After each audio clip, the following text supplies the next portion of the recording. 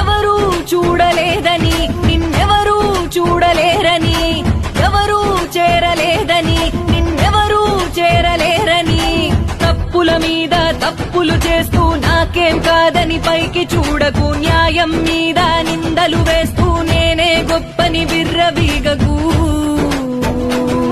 ఓ పరమేశ్వరుని మూడు కన్నే అన్ని చూస్తుంది, శిక్షలు వేస్తుంది, తప్పించుకోలేవులే.